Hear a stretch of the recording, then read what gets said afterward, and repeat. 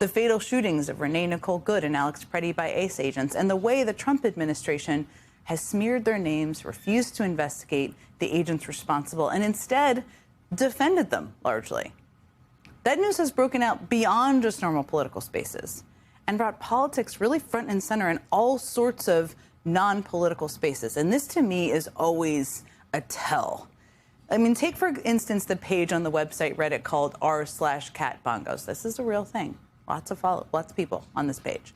That subreddit bills itself as, quote, what it sounds like.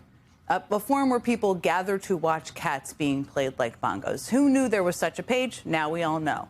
Now, for copyright reasons, we aren't going to play actual content from the page.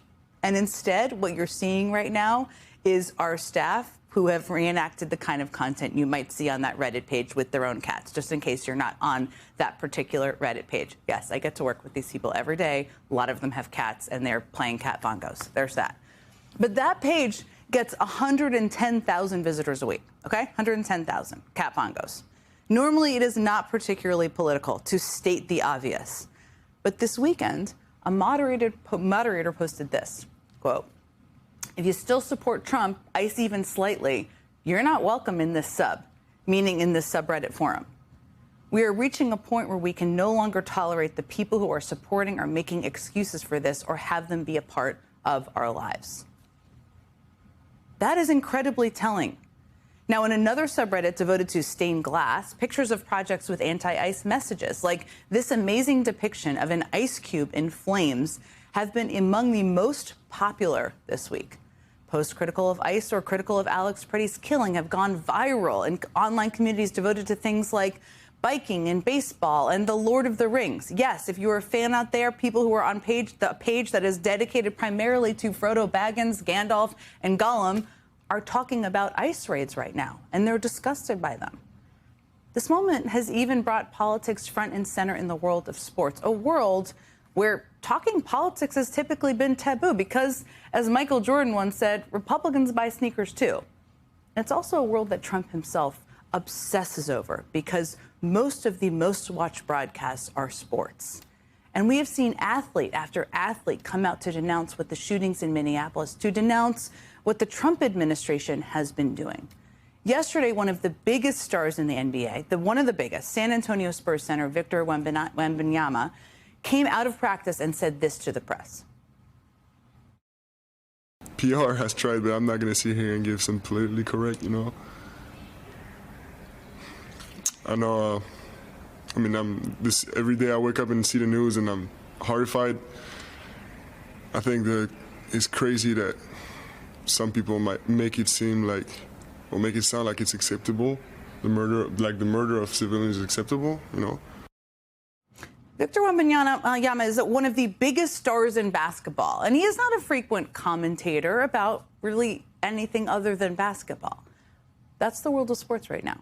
Just rip, roaring mad.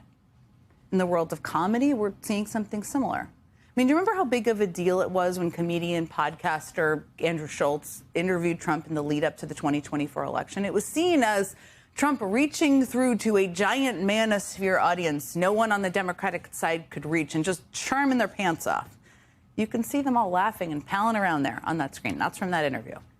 Since then, Schultz has been having, buyer's remorse. He's been upset with Trump's handling of the economy and foreign policy. He's been upset about Trump's handling of the Epstein files. But here's his episode from today. It is titled Minnesota ICE Killings is the Breaking Point. And here's what that episode is like. Let's talk about what happened in Minneapolis. ICE murdered an American citizen in cold blood, and then the Trump administration called him a domestic terrorist. Yeah. That's it. Yeah. Like plain and simple. Yeah. I see the administration trying to spin it, and it's disgusting. This isn't just a moment about whether Democrats are getting an upper hand. It's not a story just about how people in one city are reacting.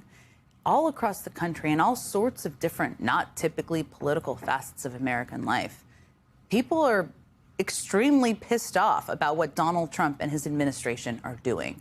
And those non-political tea leaves also match what we are seeing from more traditional political metrics, like the tens of thousands of people who went out to protest in frigid sub-zero temperatures in Minneapolis last week. We just got word also that the next National No Kings protest will be on March 28th with a flagship event in Minneapolis. And we expect, I think we all expect, the turnout to that to be unbelievable. Earlier this week, one of the groups that organizes those No Kings protests, Indivisible, held this virtual training session for how to interact with ICE officers. More than 200,000 people attended that. That's a pretty enormous number of people who want to have an understanding of that. Amazingly, we actually already have actual election results we can look at to get a sense of the country's temperature right now. Minnesota had two special elections yesterday, both for seats in the state house. In one race, the Democrat ran unopposed, and in both cases, the districts were deep, deep blue. But check this out. Back in 2024, the Democrat in one of those districts won her race with more than 83% of the vote, and that feels, well, very hard to top. Yesterday, the Democratic candidate won that race with more than 95% of the vote. The other big traditional form of political tea leaf, I guess you could call it, is polling. And on that front, let me turn your attention to new polling out of none other than Fox News that came out just tonight. Fox News has Trump's overall approval rating underwater by 12 points. On the economy, he's underwater by 19 points. On foreign policy, underwater by 22 points. On health care, underwater by 23 points.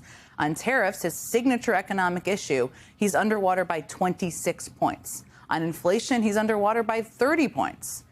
And when Fox News' polling unit asked people whether ICE's effort to deport people who Fox referred to as, quote, illegal immigrants in their poll, when Fox asked if ICE was too aggressive, not aggressive enough, or about right, 59% of registered voters told Fox News that ICE was being too aggressive. Americans think ICE is too aggressive by an 18-point margin. As the co-founder, I kid you not, of the organization Latinos for Trump warned earlier this week, it looks like the Trump administration's brutal immigration crackdown will cost Republicans the midterms, though I would say there's a long way to go, but it's interesting she's predicting that. No matter how you measure it, Trump is unpopular right now, deeply unpopular. And what makes the news we got out of Georgia today all the more concerning is because if Trump doesn't think he can win the old-fashioned way of earning more votes, he will do everything he can to make himself look in some way like a winner. And the news we got today is that the FBI executed a search warrant at the Fulton County Elections Office, seeking records related to the 2020 election, which, of course, Trump still falsely claims he won. And somewhere in his little ego, or big ego, and little insecurity, he needs to prove that. An FBI spokesperson confirmed to the Associated Press that today FBI agents loaded boxes containing ballots into trucks as part of the execution of that warrant. Now, we don't know everything about exactly what the FBI is doing here yet, but it's important to remember that this is coming as just days ago, Trump's Attorney General Pam Bondi demanded Minnesota turn its voter rolls over to the Trump administration, almost as a sort of ransom payment to get ICE out of their state. Taken together, it's clear that Trump is actively trying to sow doubt in the security of our nation's elections. That's clear.